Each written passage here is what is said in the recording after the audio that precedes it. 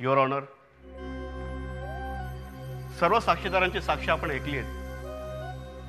यावरून आपल्याला परिस्थितीचा अंदाज आलाच असेल. तेव्हा माझी कोर्टाला नम्र विनंती आहे की माझे अशील शिव दिवाकर सरदेसाई आणि त्यांची पत्नी मेघना सरदेसाई यांना मृत्यूपत्राप्रमाणे इस्टेटीवर ताबा मिळावा. That's all.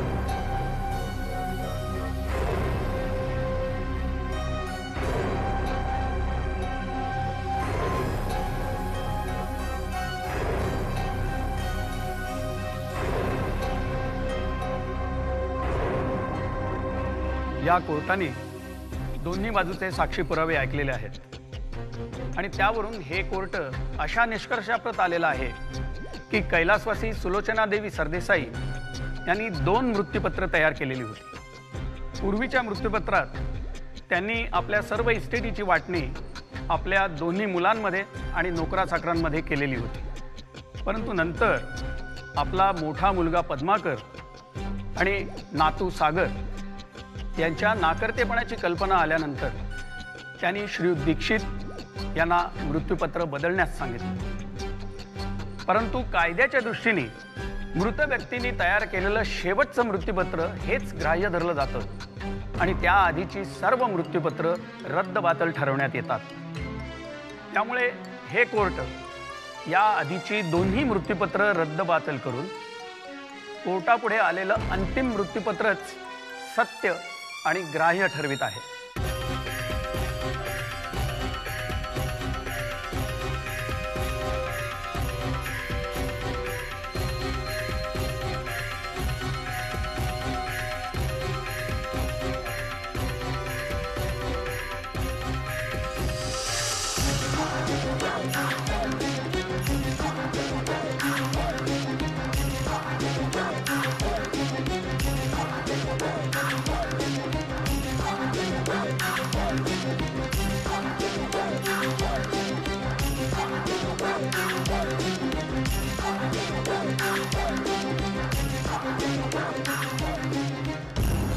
त्याप्रमाणे कैलासवासी सुलोचना देवी यांची सर्व स्थावर व जंगम मालमत्ता श्रीयुत दिवाकर आणि श्रीमती मेघना सरदेसाई यांना मिळावी आणि श्रीयुत पद्माकर सरदेसाई आणि त्यांच्या कुटुंबियांचा या मालमत्तेवर किंवा राहत्या घरावर कुठल्याही प्रकारचा हक्क राहणार नाही असा निर्णय देत आहे.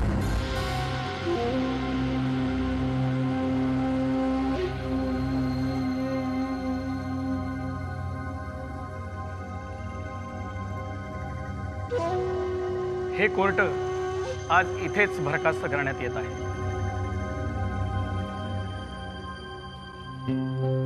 कसं विचित्र वातावरण झालंय ने.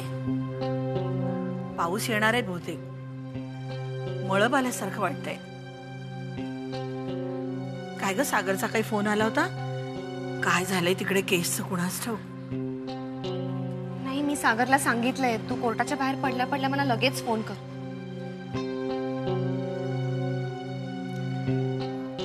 काळजी करू, सगळं ठीक होईल. अगं काय काळजी करू नको सांगतेस. आणि त्या मेघनाचं सुद्धा आश्चर्य वाटतं. सूड बुद्धीनं असं कोणी वागतं का ग कधी? मानच्या पश्चात लगेच त्यांचं विल चॅलेंज करायचं. घरातली भांडणं अशी कोणी वेशीला टांगतं. काय विचित्र बाई आहे ही. माझं मन मात्र मला नक्की आतून सांगते पद्माकर दादा ही केस जिंकणार. चांगली जिरेल तिची बघ. तुझ्या तोंडात साखर पडवत. कुठे चाललीस? अगं देवाला दिवा लावून येते.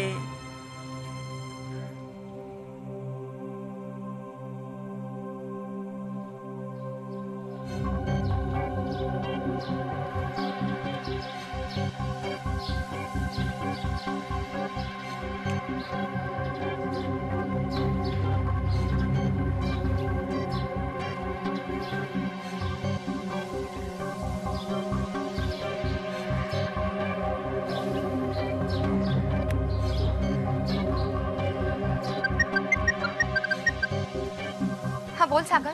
मुक्ता, आपण केस हरलोय. काय? निकाल मेघना काकीच्या बाजूने लागलाय. अरे पण सागर. तू लवकर घरी ये, मग आपण बोलू. हो हो आले. काय झालं ग? सागरचा फोन होता. आत्या आम्ही केस हरलो. काय? पर मी लगेच निघते. सागरनी मला बोलवले. अगं कुठे चाललीस आता? मी तिकडे गेल्यावरती फोन करते तुला. मी चालले. मुक्ता, मी येते.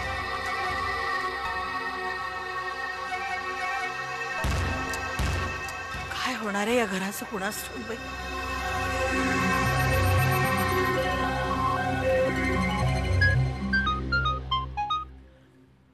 हाँ बोल आनंद. बरसावे काका, एक बॅड न्यूज आहे. काय रे? पद्माकर सर केस हारलेत. काय? हो, कोर्टाने रिझल्ट दिवाकर सर आणि मेघना मॅडमच्या फेवरमध्ये दिला आहे. अरे अरे काय सांगतोयस काय? हे कसं शक्य आहे? कोर्टात मेघना मॅडमनी महासाहेबांचं तिसरं विल प्रोव्हाइड केलं आणि आता त्यानुसार महासाहेबांची सगळी संपत्ती, अमृत डेअरी, सगळं सगळं सगळं मेघना मॅडम आणि दिवाकर सरांच्या नावावर झालंय. एवढंच नाही,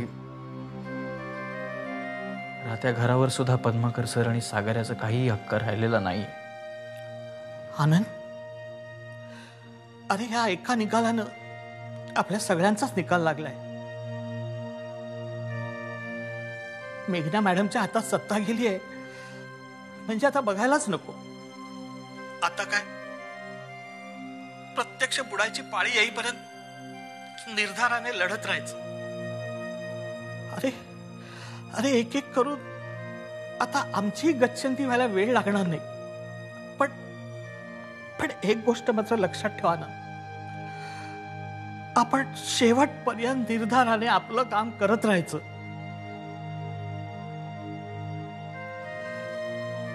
बघूया नशीब अजून काय काय दिवस दाखवतंय ते. आनंद, मी फोन ठेवतो.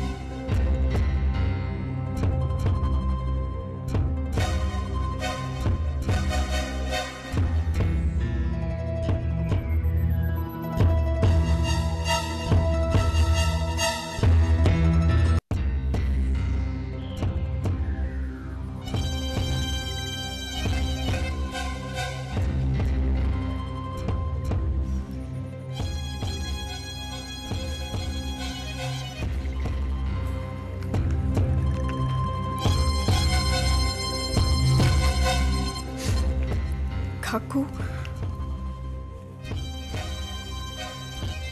काकू हे विल खरं खोटं काहीही ठरलं तरी काय फरक पडतो? हे घर आपल्या सगळ्यांचं आहे ना, आणि काहीही झालं तरी आपल्या सगळ्यांचंच राहणार आहे. तुम्ही प्लीज.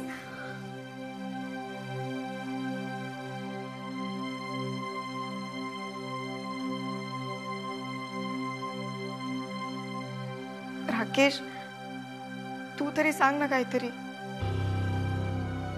बोल बाबा बोल. त्यांना म्हणावं या घराला 4 माणसांचं जेवण काही जड जाणार नाही.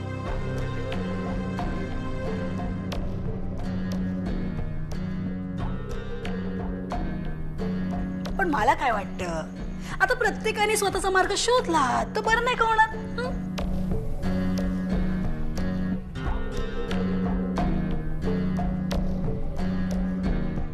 काका, काकू, तुम्ही हे घर सोडून कुठेही जायचं नाही. मामाला बोलू देत. तिला जे काय बोलायचं नाही ते बोलू दे. तुम्ही दुर्लक्ष करा त्याच्याकडे. काका, हे घर तुमचंच आहे ना हो?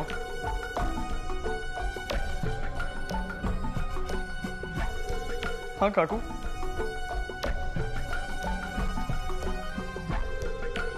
बरं बाबा, तुला असं वाटतं ना, मग राहू दे त्यांना. राकेश पण ना, राहा तुम्ही इकडे. हा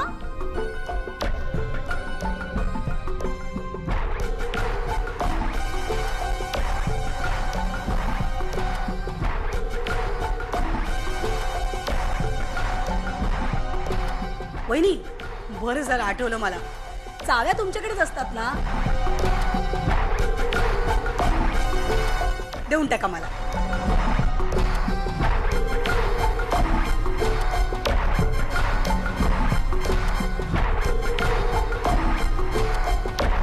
मामा प्लीज. अरे तशा त्या मला नको आहे, पण आता कायद्यानेच तो हक्क मला दिलाय ना, म्हणून. वहिनी, चाव्यांचा जुडका देऊन टाका मला. देताय ना?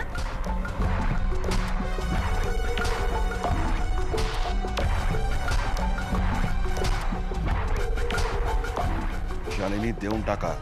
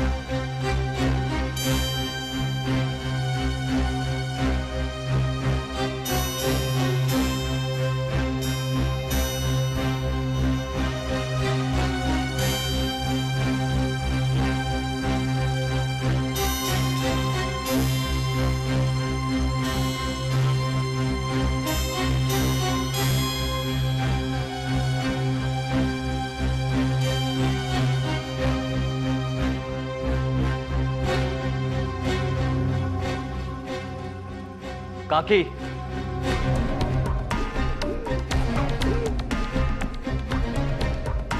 तू कोर्टात केस जिंकलीस म्हणून लगेच सूड उगवायला लागायचा? आम्ही कधी तुमच्याशी सूड भावनेने वागलोय का? तुम्ही सगळे आमच्याशी कसे वागलात ना, ते आमचं आम्हाला माहित. कळलं? ठीक आहे. काय प्रत्येक जण आपल्या बुद्धीच्या कुवतीप्रमाणेच वागणार ना? हा, पण बुद्धीच्या आणि कुवतीच्या गोष्टी तू करू नकोस माझ्याशी. माननी तुला कंपनीचा मॅनेजर केला म्हणून, नाहीतर तुझी खरी लायकी काय आहे ते सगळ्यांना माहिती. बस मेघना, बस झाली तेवढी शोभा, बस झाली.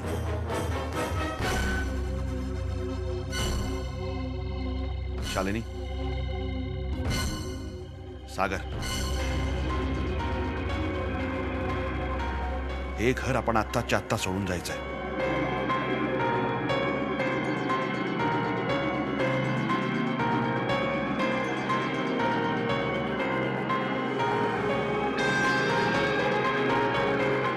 अहो पण दिवाकर भाऊजी, आत्ताच्या आत्ता सोडून जायचंय.